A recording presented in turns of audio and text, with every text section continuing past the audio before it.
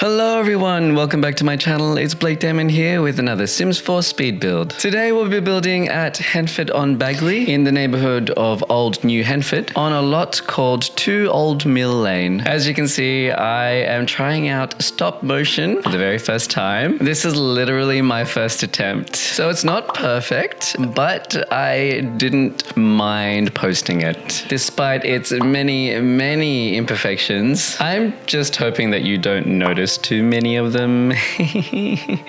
So I'm just going to use this video as a model for my next stop motion video of what not to do. Guys, let me know whether or not you enjoy this kind of video or if you prefer me just doing my speed builds the way I usually do them. Let me know in the comments down below. Anyway, about this build. As you all know, the new Wedding Stories pack has come out. So when I first got the pack, I thought, ooh, you know, I should make a build that's like Spanish inspired. So maybe I could make like a Spanish kind of villa or something cute like that. I was looking through Google Images and trying to get inspiration. Looked up Spanish villas, stuff like that, just to see if I can get my creative juices flowing in that direction. However, despite the many images of Spanish villas that I saw on Google, there were no creative juices. So I was like, okay, fine. I give up on Spanish villas. This pack is about weddings, so, you know, people get married in churches and have weddings in churches. So I'm gonna see if I can do a Spanish style church. So again, I went to Google Images and looked at all the Spanish churches I could find, but alas, still no creative juices. At this point, I was actually getting really frustrated.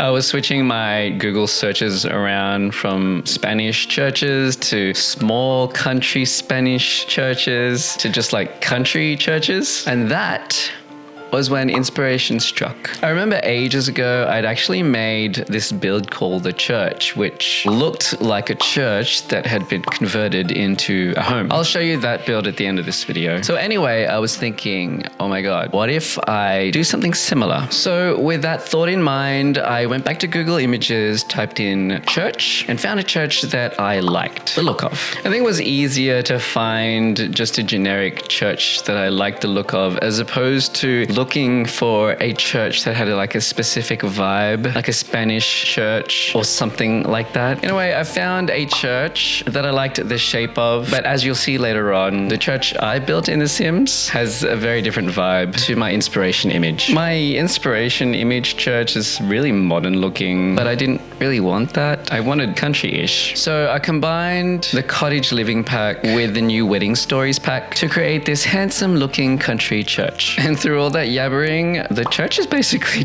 done. Well, the structure at least, like the main building. I decided that the church was actually going to be where they do the wedding ceremony. So in there, I've put the wedding arch, the runway. Is that called the runway? It's not called the runway, but you know where they walk up, the aisle. It's called the aisle. I just put seating in there so attendees can sit and watch the whole ceremony. I also really wanted the arch to stand out, so I put that arch on a platform to make it higher. That way everyone can watch the ceremony. I actually really like the new stained windows that we have in the new pack. I think taking screenshots with the wedding arch and those stained windows behind them would look so nice. And now that we've finished the church, we'll move on to the reception area. I really like the new country style tables and chairs that we got in the new pack. They actually helped me decide on making the country style church wedding venue. Initially, I had originally thought of putting the tables and chairs under a pagoda, but I remembered there was this cute little picnic area in Henford and Bagley where they have these trees and these string lights. So I literally copied it. I didn't get inspired by it. I literally took the idea and replicated it here in my wedding venue. And I freaking love it. It really works for this venue and the setting. I mean, string lights are just so pretty and romantic and playful and fun.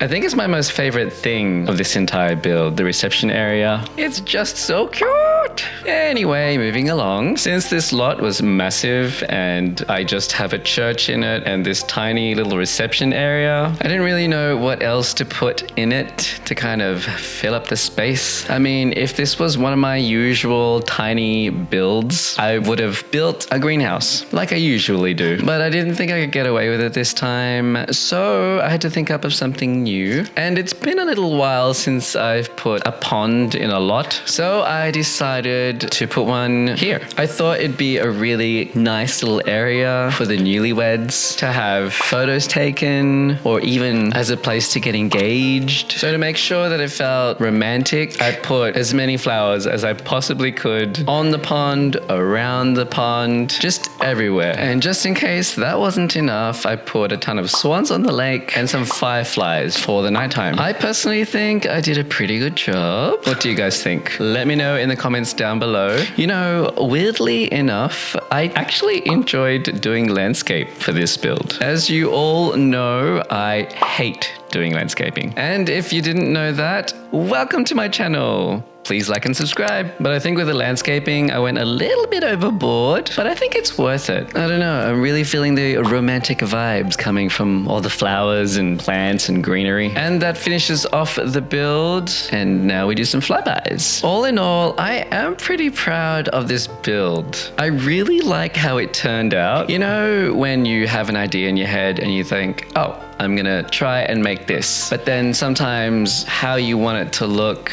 doesn't end up happening. And that can be really disappointing because what you had in your head was amazing. And then what you end up with isn't that great. And then you're like, what did I do wrong? Well, this isn't one of those things. In fact, it's the opposite. I feel like what was in my head was something like this, but this is better. Like, much better. And that comes as a surprise to me because that usually doesn't happen. Often it's the opposite that happens. I think for me, the thing that makes it really good is all of the landscaping and everything outside the church itself. I think in my head, when I was doing and planning this build, I just had the church in my head, and that's as far as my vision went. But when I started playing with the terrain tool, when I added the hill and the little pond, I don't normally use the terrain tool in any of my builds, nor do I put this much effort in landscaping. But I think because I put in all that effort that I wasn't expecting myself to put. I think I surprised myself when the end result ended up being this thing that I hadn't initially imagined. I hadn't imagined it because I didn't know I was capable of doing it. So yeah, I really like this build because it showed me what I'm capable of doing. Anyway, that's it for me. Thank you so much for watching. Don't forget to do yourself a favor and like and subscribe to this channel. And if you have any questions at all, please feel free to ask them in the comments. Earlier in this video, I talked about a church build I did once. If you'd like to see it, here it is, just for you.